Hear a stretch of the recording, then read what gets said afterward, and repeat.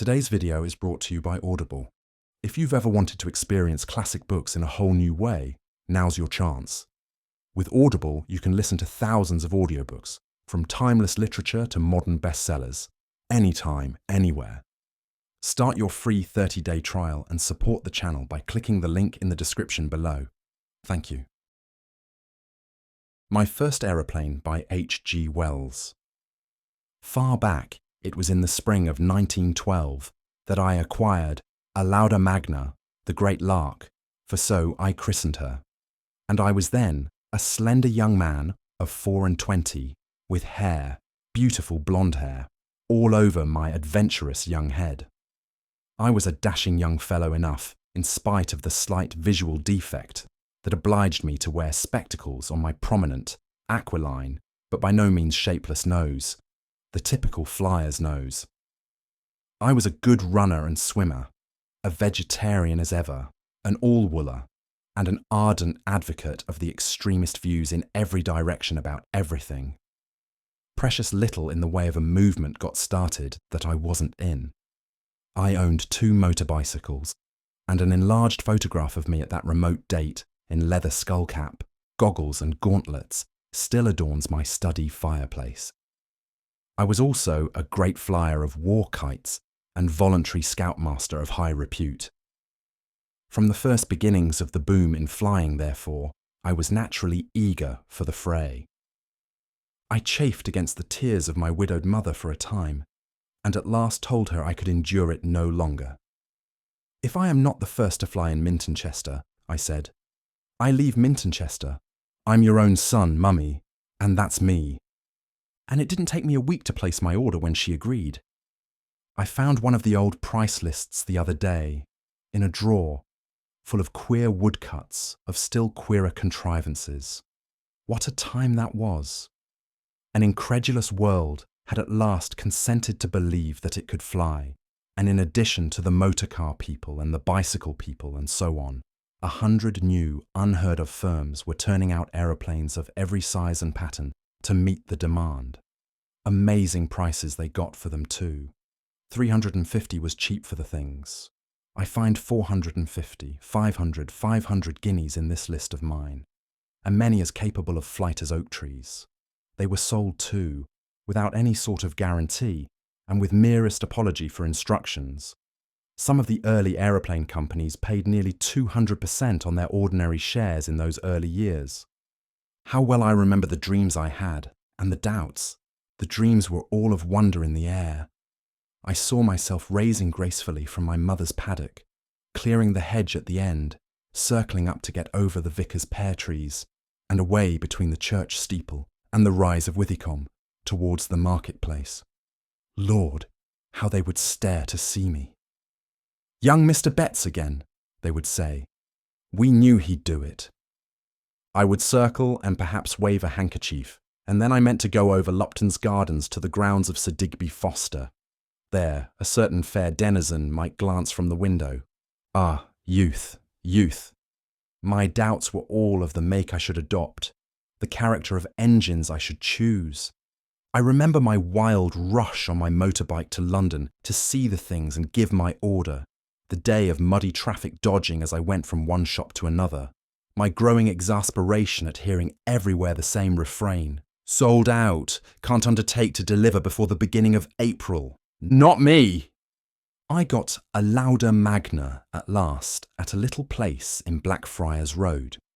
She was an order thrown on the firm's hands at the 11th hour by the death of the purchaser through another maker, and I ran my modest bank account into an overdraft to get her. To this day, I won't confess the price I paid for her. Poor little Mumsy. Within a week she was in my mother's paddock, being put together after transport by a couple of not-too-intelligent mechanics. The joy of it, and a sort of adventurous tremulousness. I'd had no lessons. All the qualified teachers were booked up at stupendous fees for months ahead, but it wasn't in my quality to stick at a thing like that. I couldn't have endured 3 days' delay. I assured my mother I had lessons for her peace of mind.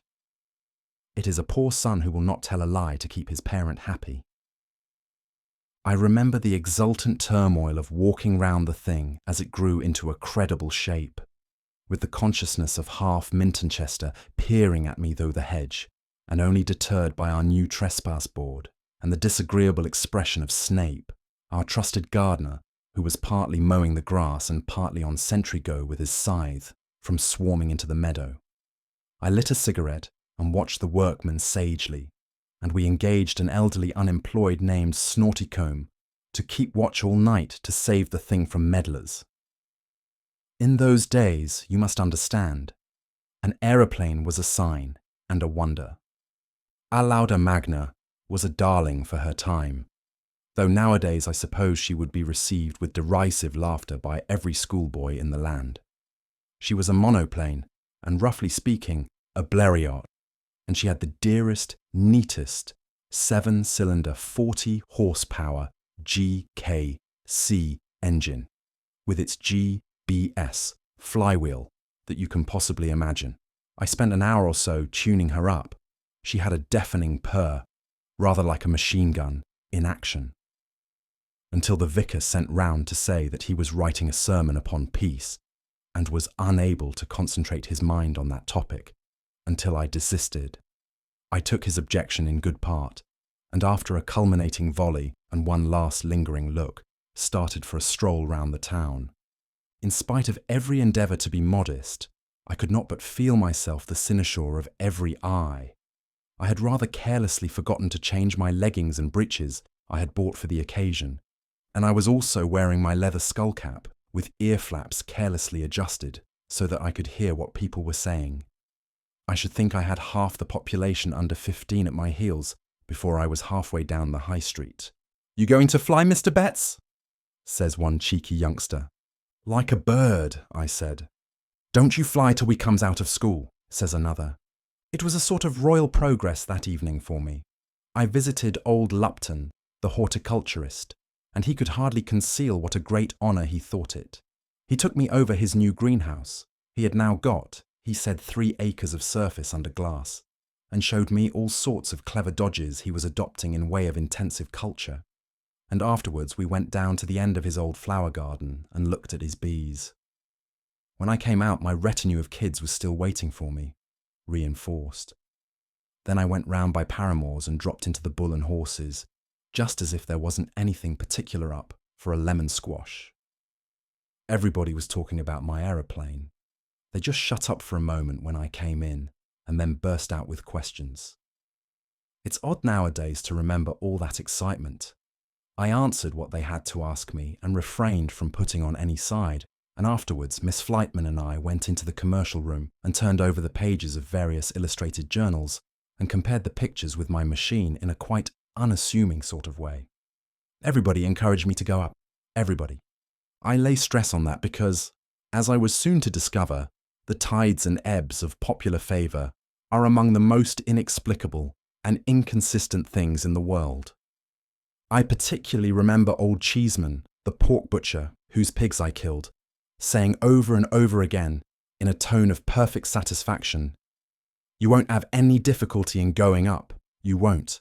There won't be any difficulty about going up," and winking and nodding to the other eminent tradesmen there assembled.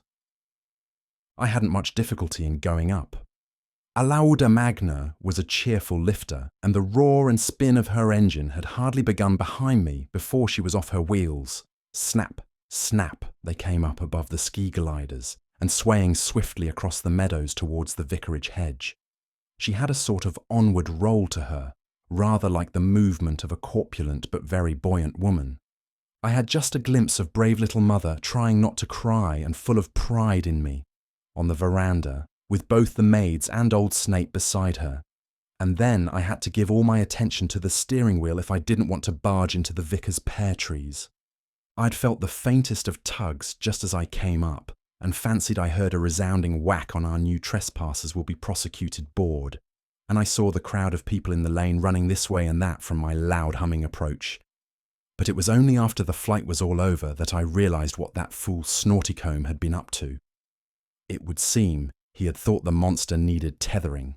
I won't attempt to explain the mysteries of his mind, and he had tied about a dozen yards of rope to the end of either wing, and fixed them firmly to a couple of iron guy posts that belonged properly to the badminton net.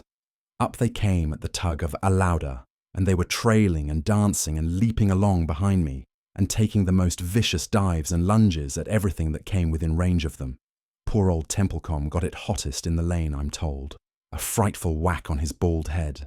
And then we ripped up the vicar's cucumber frames, killed and scattered his parrot, smashed the upper pane of his study window, and just missed the housemaid as she stuck her head out of the upper bedroom window.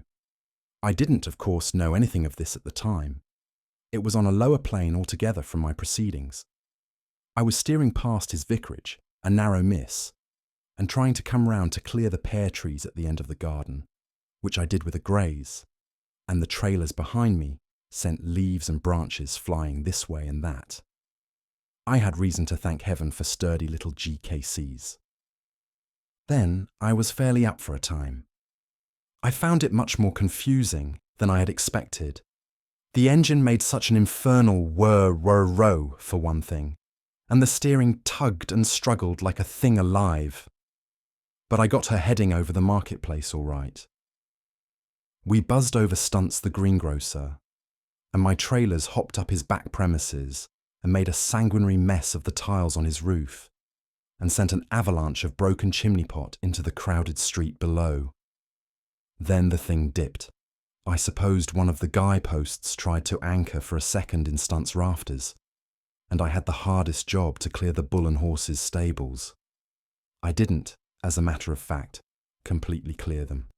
The ski-like alighting runners touched the ridge for a moment, and the left wing bent against the top of the chimney stack and floundered over it in an awkward, destructive manner. I'm told that my trailers whirled about the crowded marketplace in the most diabolical fashion as I dipped and recovered.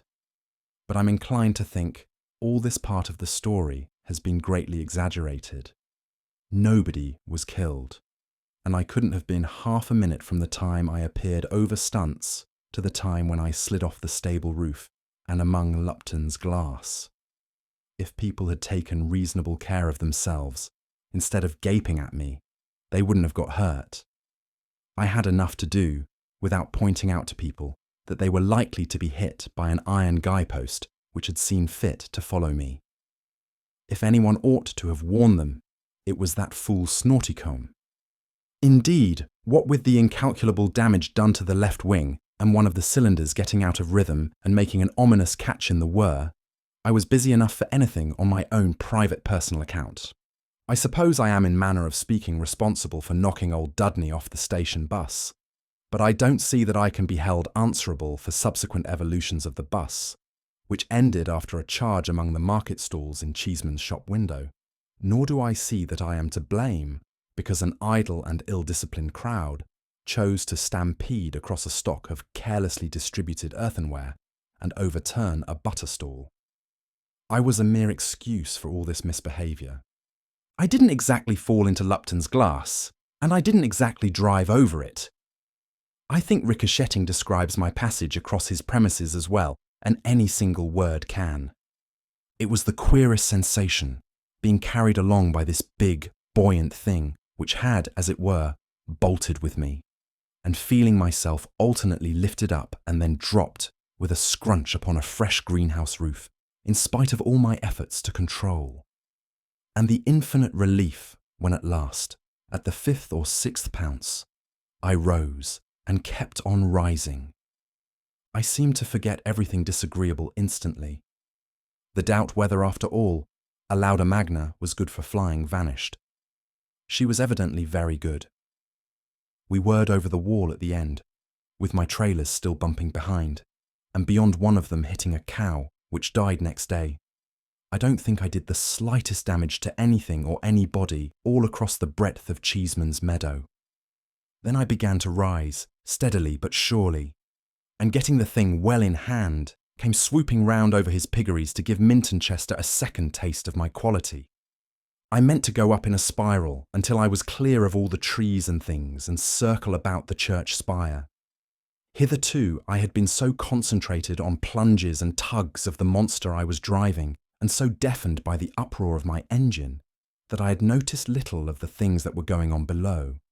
But now I could make out a little lot of people headed by Lupton with a garden fork, rushing obliquely across the corner of Cheeseman's meadow.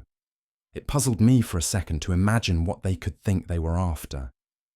Up I went, whirring and swaying, and presently got a glimpse down the high street of the awful tangle everything had got into in the marketplace. I didn't at the time connect that extraordinary smash-up with my transit. It was the jar of my whack against the weathercock that really stopped my engines. I've never been able to make out quite how it was I hit the unfortunate vane.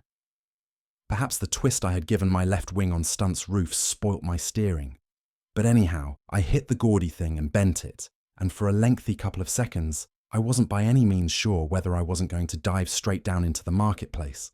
I got her right by a supreme effort. I think the people I didn't smash might have squeezed out one drop of gratitude for that.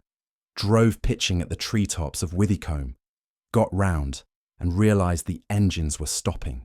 There wasn't any time to survey the country and arrange for suitable landing place. There wasn't any chance of clearing the course. It wasn't my fault if a quarter of the population of Mintonchester was swarming out over Cheeseman's meadows. It was the only chance I had to land without a smash, and I took it. Down I came, a steep glide, doing the best I could for myself. Perhaps I did bowl a few people over, but progress is progress, and I had to kill his pigs. It was a case of either dropping among the pigs and breaking my rush, or going full tilt into the corrugated iron piggeries beyond. I might have been cut to ribbons, and pigs are born to die. I stopped and stood up stiffly upon the framework and looked behind me. It didn't take me a moment to realise that Mintonchester meant to take my poor efforts to give it an aviation day all to itself in a spirit of ferocious ingratitude. The air was full of the squealing of the two pigs I had pinned under my machine and the bawling of the nearer spectators. Lupton occupied the middle distance with a garden fork, with the evident intention of jabbing it into my stomach. I'm always pretty cool and quick-witted in an emergency.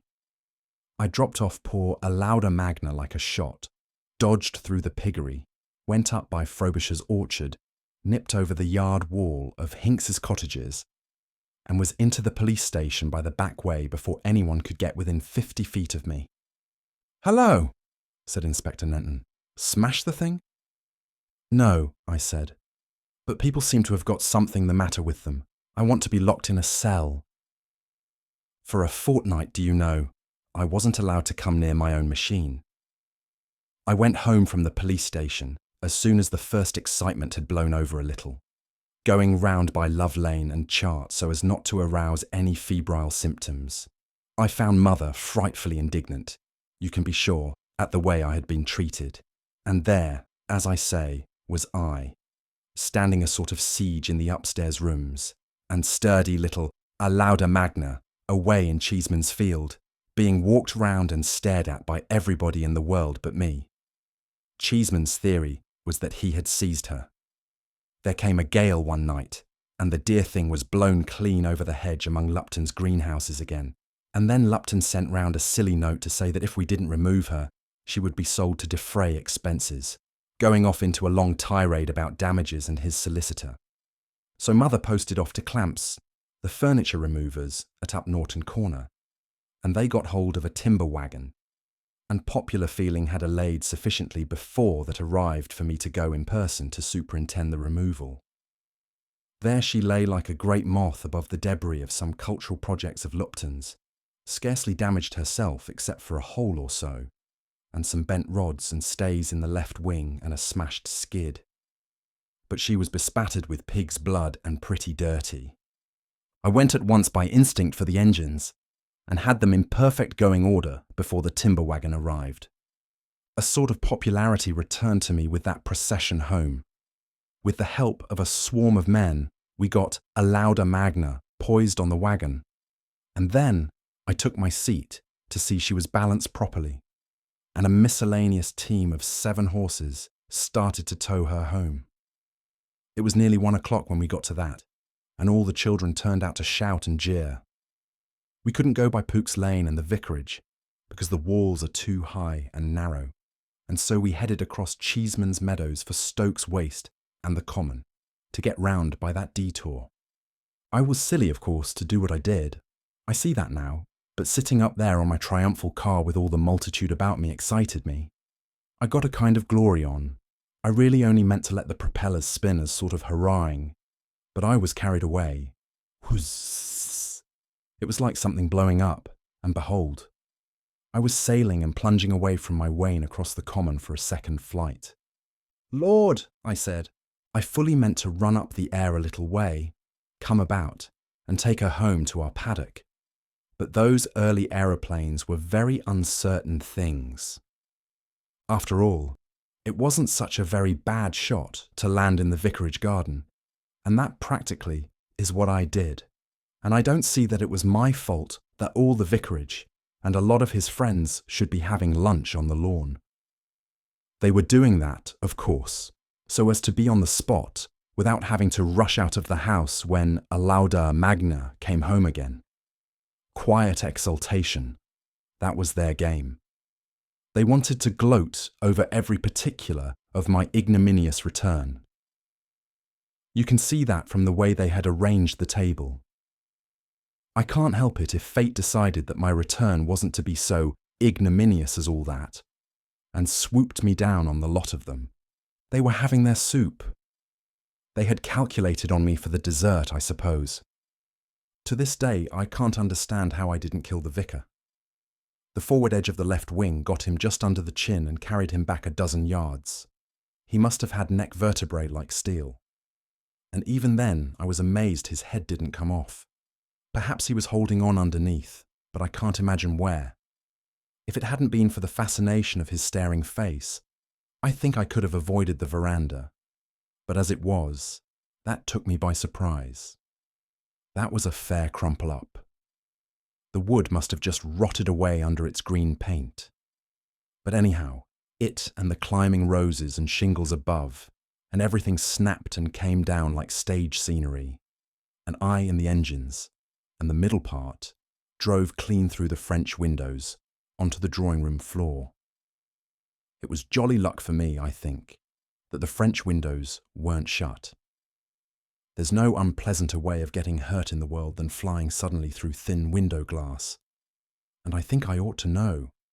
There was a frightful jawbation, but the vicar was out of action. That was one good thing. Those deep, sonorous sentences. But perhaps they would have calmed things. That was the end of a lauda magna, my first aeroplane. I never even troubled to take her away. I hadn't the heart to. And then the storm burst.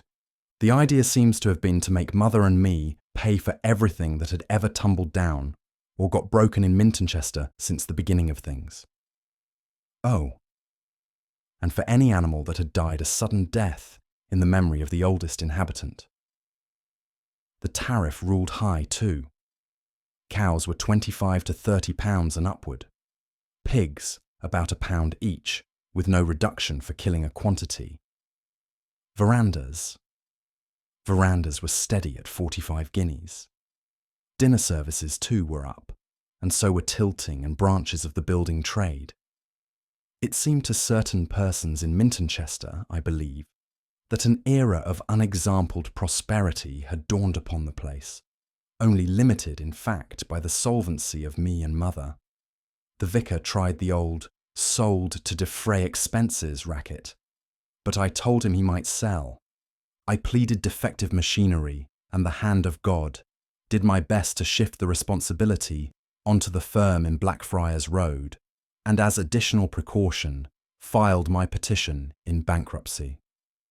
I really hadn't any property in the world, thanks to Mother's goodness, except my 2 motor bicycles, which the brutes took, my photographic dark room, and a lot of bound books on aeronautics and progress generally. Mother, of course, wasn't responsible. She hadn't lifted a wing. Well, for all that, disagreeables piled up so heavily on me, what with being shouted after by a ragtag and bobtail of schoolboys and golf caddies and hobbledehoys when I went outdoors, threatened with personal violence by stupid people like old Lupton, who wouldn't understand that a man can't pay what he hasn't got, pestered by the wives of various gentlemen who saw fit to become out of works on the strength of alleged injuries, and served with all sorts of silly summonses for all sorts of fancy offences, such as mischievous mischief and manslaughter and willful damage and trespass, that I simply had to go away from Mintonchester to Italy and leave poor little mother to manage them in her own solid, undemonstrative way. Which she did, I must admit, like a brick. They didn't get much out of her anyhow, but she had to break up our little home at Mintonchester and join me at Arosa, in spite of her dislike of Italian cooking. She found me already a bit of a celebrity because I had made a record, so it seemed, by falling down 3 separate crevasses on 3 successive days. But that's another story altogether. From start to finish, I reckon that first aeroplane cost my mother over £900. If I hadn't put my foot down, and she had stuck to her original intention of paying all the damage, it would have cost her £3,000. But it was worth it. It was worth it. I wish I could live it all over again. And many an old codger like me sits at home now and deplores those happy, vanished, adventurous times when any lad of spirit was free to fly and go anywhere and smashed anything, and discuss the question afterwards of just what the damages amounted to and what his legal liability might be.